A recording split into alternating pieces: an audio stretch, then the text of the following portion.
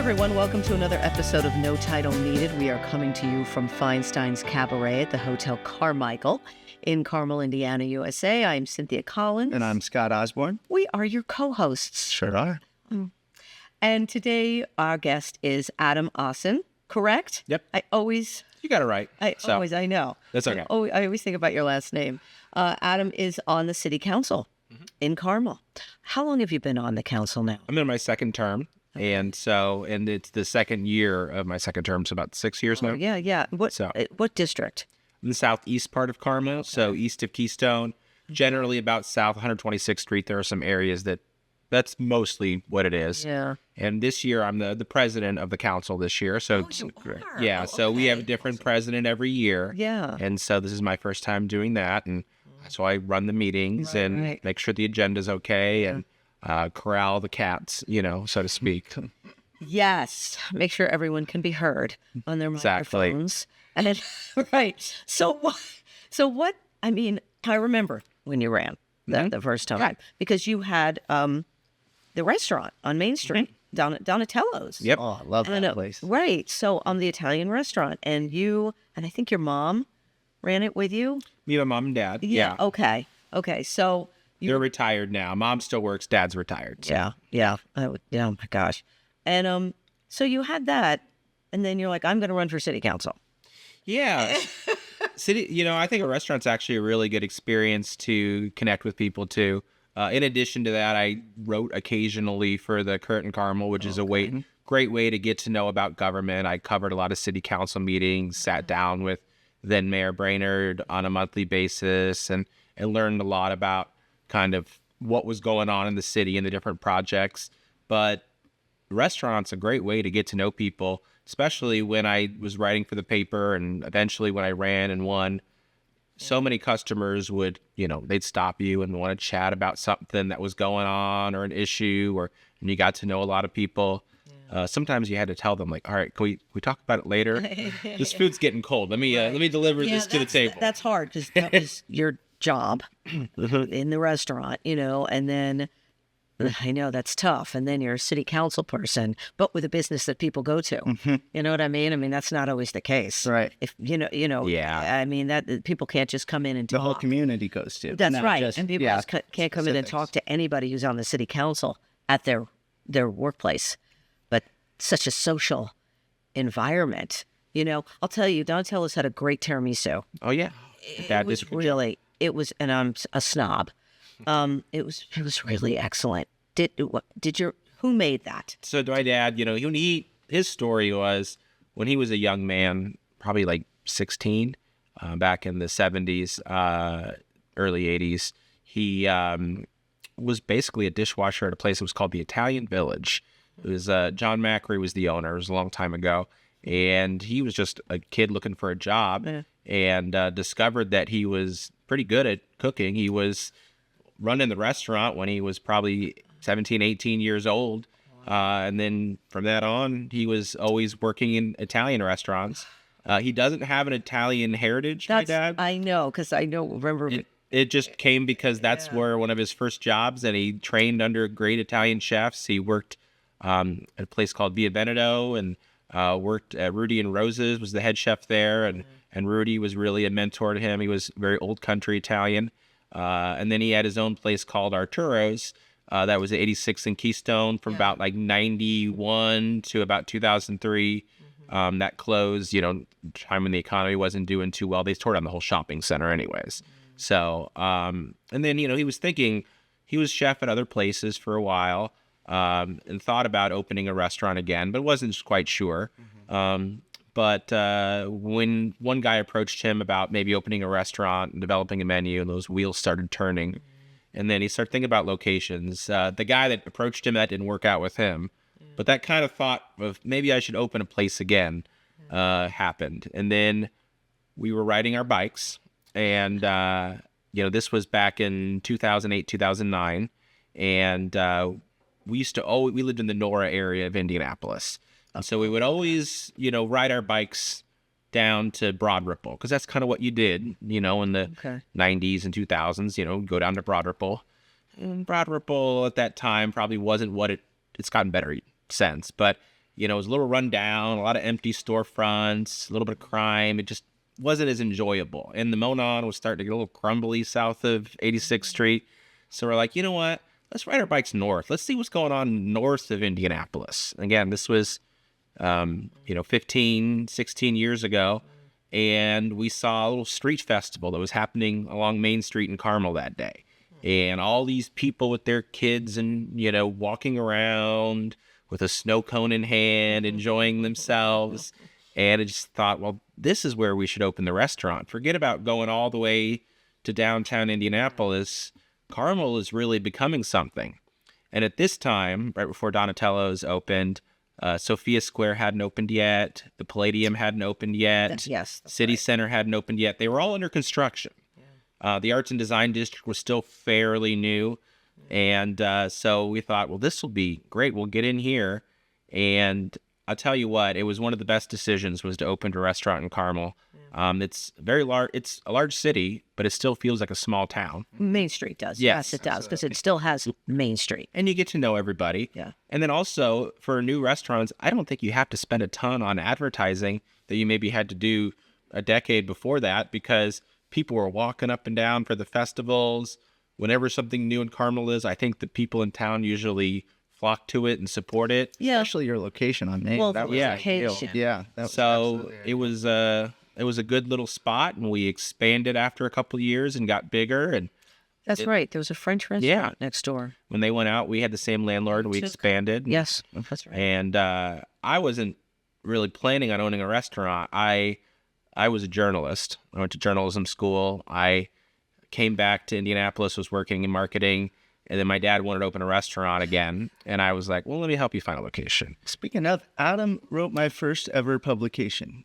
Back in college, you came downtown for that article. Yeah. Yeah, that was the first time I'd ever been written about in for my art. Which that was really, really special to me back then. No, I enjoyed it. And but I was like, well, let me help my dad build this website. He not do those things. Let me help him design the menu. Well, then he's building the place and constructing walls and putting in plumbing. And I'm like, well, let me help you out, Dad.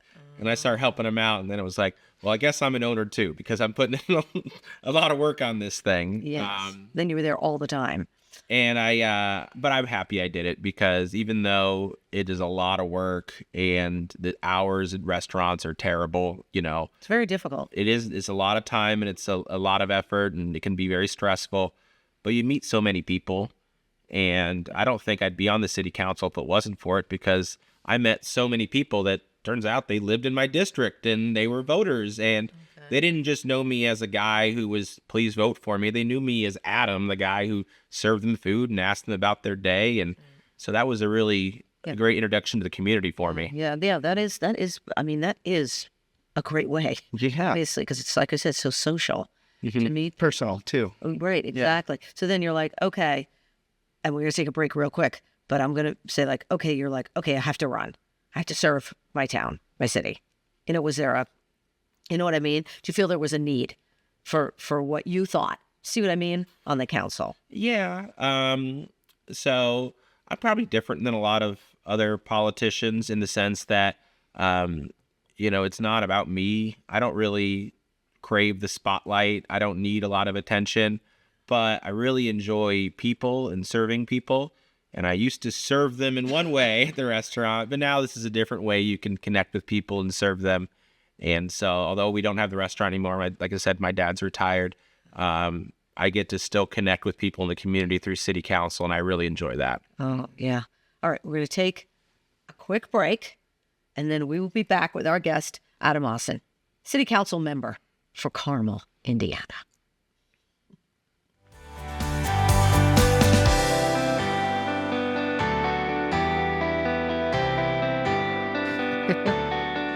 Hey everyone, welcome back to No Title Needed.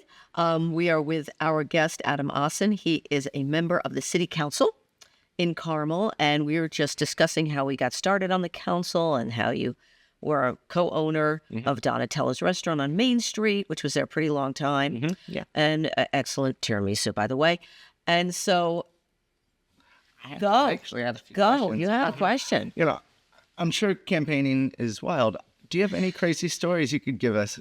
So, I mean, did you ever watch that show Parks and Recreation? I know it was set in Indiana. I never watched it, but I know of it. I mean, it's obviously an exaggeration, but there are some things in there you're like, oh yeah, there's some crazy characters. Just like you find crazy characters in a restaurant, when you're knocking on almost every door in a part of town, 95% of the people are going to be awesome and wonderful. And then there's going to be a few that either want to make you want to pull your hair out, or they're just a little strange. But those are the exception. Most people are awesome. I think my favorite was, well, not favorite. This was just uncomfortable. A person who, during my first campaign, I knocked on the door, he opened it, and he clearly was taking a nap or something, which is fine. But he was naked except for a blanket covering the bottom half of his body.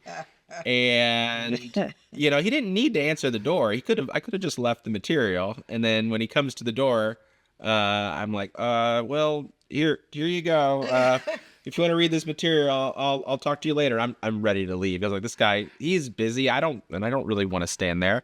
And then he looks at it and he's reading it very intently for several minutes. He goes, now, what are you running for? And I'm like, please just let me go.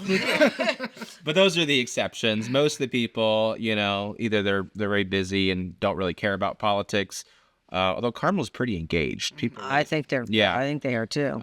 Or people will really be informed on the issues. They'll want to ask about getting certain streets repaved, or hey, we don't want to get a street light here. That's a big one. Those are the things that we don't have to really get into national issues on the city council, which is great. You're not going to talk about, guns or abortion or those kind of things. Instead, it's more about, making sure the community is safe, that you have amenities, that you have low taxes. And so a lot of great conversations with people. And if you really just talk to people, I think you find that most people care about the same things and want the same things in life. I think so too, actually. I mean, I don't think it's a two-party system. I think most people, they're thinking about themselves, of course. What's how's this going to be the best for me too in my area, right? And what's going to help my area? You know what I mean? But I think you're right. I think everyone, for the most part, does have. Look, mostly people just want to live their life. They want to go to work. They want to make a living. They want to live their lives. They want a good school system if they have kids. You know what I mean? Like you said, they want nice amenities. And, there's some people who are, they're upset. But a lot of people, I think, even if you don't agree with them on a certain issue, the fact that you're willing to take the time to sit down with them, explain your position, and more importantly, listen to their position and try to understand where they're coming from. A lot of people, I've heard people say, well, you know what? You and I don't agree, but you spent so much time and effort trying to understand my position. I'm going to vote for you because that's the kind of people we need on council. I'd rather have somebody who will engage with me and talk to me about something, even if we don't always agree, rather than someone who you try to call them, they won't pick up the phone, the kind of inaccessible people. That's right. Agree to disagree, I think. You know what I mean? That's the way, and that's the way, actually, I think that's the way things get done. They do. I mean, it's Jeff Worrell, who you obviously have known for a while, and he's a great guy. He's been on the city council for, a pretty long time. Yeah, you have to all work together. And so, you're going to disagree. Of course, but city councilors don't always agree. And exactly, that's the whole point. But you have to listen to each other, and talk in a reasonable fashion. And I think one of the most important things too, when you're in a decision-making ability, such as a council or mayor or something where you have to make these decisions, is understanding one, you don't know everything. If you're somebody who walks into the room thinking you know it all, that's actually, even if you're really smart, that's more dangerous than somebody who knows what they don't know, right, and listens to experts and tries to understand and maybe changes their position on something given new information. There's no shame in changing your mind on something. It's actually a strength. Right. So that's important. Not trying to be a know-it-all, learn. Some people think, I'm decisive because when I saw that bill or ordinance proposal, I immediately said, here's how I stand and here's my position on the issue. And that shows I'm a real leader because I made a decision immediately. Well, how many decisions in life did you make immediately and thought, maybe I should have done a little more research. Maybe I should have listened a little bit more. Maybe I should have slept on it. Sleeping on something is one of the best things you can do. A good night's With a whole new perspective. It really is. To knee jerk is never really usually the answer when you knee jerk on stuff. Because you're usually making it emotionally. That's what it is. You're really making emotional. And instead of, okay, like you said, we all need to discuss this and look at the facts and all give our opinions. I know. I mean, and it seems like the city council right now currently is doing that. We got a good group of people. Yeah. We do. Yeah. We're able to still share our thoughts as we're, processing them in our brain, which is what you're supposed to do. But I think we take our time on issues. We don't rush to make decisions. But like I said, sleeping on things. Sometimes if you're really stumped on an issue, I remember when we were building the restaurant and there was something that was not working. And like you're working on a piece of, Scott knows you build things all the time. All the time. You're trying to work on a piece of artwork or something and you're like, this is not working. Right. You know what? You go to sleep, you go on a bike ride, you do something. Sometimes the answer comes to you. Surely. Yeah. And it'll be, the trial and process of failing that'll often give you your solution as well. Well, yeah, you have to fail to succeed. Yeah. Almost. Because you got to try. You got to try again. You learn something from the again. process That's every right. single time. That's right. And, I believe that, God will actually put the right people in your life to put the answers. So sometimes you're dealing with something, you're trying to figure something out. And then next day you go somewhere and you meet someone, you're like, wait a second, what are you? You're an attorney? I needed to speak to an attorney the other day. Or, you know what I mean? Yeah. It's just that kind of coincidence that we all... Yeah. Yes, the universe will bring you what you need at times. All right. So I've got 3 questions for you. We're going to go rapid fire on them. Rapid fire. So... And we are not answering them. Not this time. No. Not this week. What would you consider your greatest accomplishment? What would you consider your greatest obstacle? And what is your most vivid childhood memory? Okay, you want me to answer all of them at once or one at a time? Okay. One at a time. Okay. My greatest accomplishment So far. Yeah. So far. Well, no, my greatest accomplishment is my daughter. She's 6 years old, and being a good dad to her is the most important thing I'll ever do in life. More important than city council, more important than any job that I'll ever have. And she's a wonderful little girl, and so I think that's making sure that she grows up to be a responsible adult who puts great things out into the world. It's probably more important than anything I'll ever do. And so far, I don't know if I can take credit for everything, but she's a wonderful little girl. And so any part I can have in that's the most important accomplishment I can have in life. Okay. And then what's obstacle? Yeah. Obstacle. I care a lot. And so what I have to do is pick and choose what I care about on things. I know that sounds terrible, but, it's hard for me to be half in on something. Right. If I'm trying to fight for my constituents on an issue that matters or working on an issue, I get passionate, I get deep. Sometimes I take things personal because I care so much, which you really shouldn't take it personal, but it's hard when you care. Or not to. Yeah. At the restaurant, I cared so much about every dish that we put out. I cared so much making sure that customers feel like they're having a good job, and that can be draining and exhausting. So now I try to be better and say, like, all right, I can't care with the passion of 1,000 suns about every single piece of paper that comes across my desk. I kind of pick and choose my battles on things. But this is a battle that I will fight. I will fight hard for what is right. But there are some things that I'm like, okay, look, I could go either way on this one. That one's fine. You kind of have to do that. Mm-hmm. And then vivid childhood memory. I just grew up with a happy childhood. I grew up, my parents, like I said, always had restaurants. Growing up, working in the restaurant with them was something I have a lot of fond memories of. I don't know what my earliest childhood memory is. Most vivid. Most vivid? Yeah. I don't know. What pops in? What I should do is name like some childhood trauma right now to make things really uncomfortable. No, I had a... Has someone done that? No. Because those things would be vivid. Yes, they would be. Yeah. Very. Yeah, interpret it how you want. No. Right, that's right. It's up to you. Your interpretation. I think Yeah, I think that's you a would have to hard- have that's a something very- besides coffee in the cups to get people to do that. No kidding. That is a tough one because I think we've had to answer that one too. Yeah. And I didn't. I don't even think I had an answer for that. I'm like, I don't know. I have This was the lake. so many Or the childhood ocean. memories.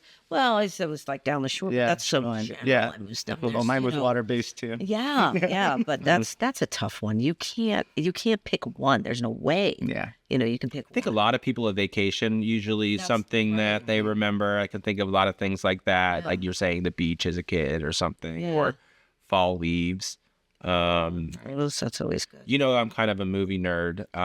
There was a movie the other day. This is an old, not old, but like maybe 10 years old. It was called The Florida Project. And it was about these young kids who grew up in like a hotel or motel off the highway outside of Disney. And it's a very bad, and everyone's kind of on drugs and poor. But the one thing I thought about that is that there's beautiful cinematography in the movie. And they do the cinematography of things that normally would not be beautiful, like blighted buildings, boarded up buildings.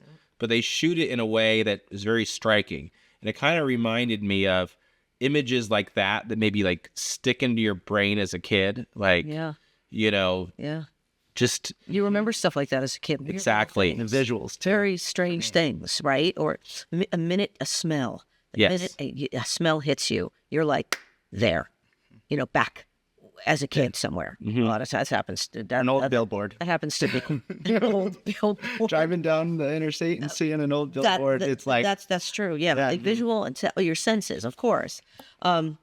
Okay, yeah. What? Go. Yeah, but So, that's one thing. Well, to tie it back into food, I think that's one thing we were proud of at the restaurant is you know. I think they've had studies that taste and smell have some of the strongest memory things. Of course. Like you just mentioned. So I know people would say like, oh, when I was a little kid, because my parents have been doing this for a long, long time. I used to eat this pasta and, I just would always remember that coming here on certain days. And so those things kind of unlock memories for us. So, I would give my parents were very busy growing up because, again, they owned a restaurant, but they always on Sundays usually would go out to eat because my dad didn't want to cook after cooking 6 days straight. But we would go out to eat as a family and sit down somewhere. And of course, we didn't have cell phones then, so you could have a device free. Yeah. Isn't that nice? Wasn't that nice? I know. I think you had the Game Boy, but I don't think you brought that. I did not. That was not acceptable. No, I had. That was Atari. Atari. They had it at home on their TVs. But yeah, those kind of things matter. I try to think about that with my daughter, like, because she's at the age where some of these things will become memories, vivid. Yeah. And the funny thing people always tell you, they're like, well, don't bring your kid to Disney World because they won't remember it. It's a waste of money. They don't remember things, which one I think is silly. One, I think the parents are having fun too. How old is she? She's 6? 6. Sure, she'd remember. Exactly. She would. and you get memories out of that. That's too. right. Like, Well, Of course she'd remember. All right, we got to wrap it up. I'm so sorry. you're fine. But we have to thank you. You're fine too. Very it's fine. been great. I think But thank you for joining us. great. Adam company. Aasan, City Council member for Carmel, Indiana. This is No Title Needed. Come on over to Feinstein, see a cabaret. It's a gorgeous space, wide variety of performers here, and really up close and personal, very intimate. And the hotel is absolutely gorgeous right here at City Center. So thank you, and thank you for your service for the city of Carmel and being on the council for a second term, running again. And thank you for all those years of Donatello's on Main Street. Great memories. Right? And just thanks all around from a citizen of Carmel. Well, Another you one live as here well. now. So, but thanks a lot. I'm Cynthia Collins, I'm Scott Osborne. and we will bid you adieu and see you next time.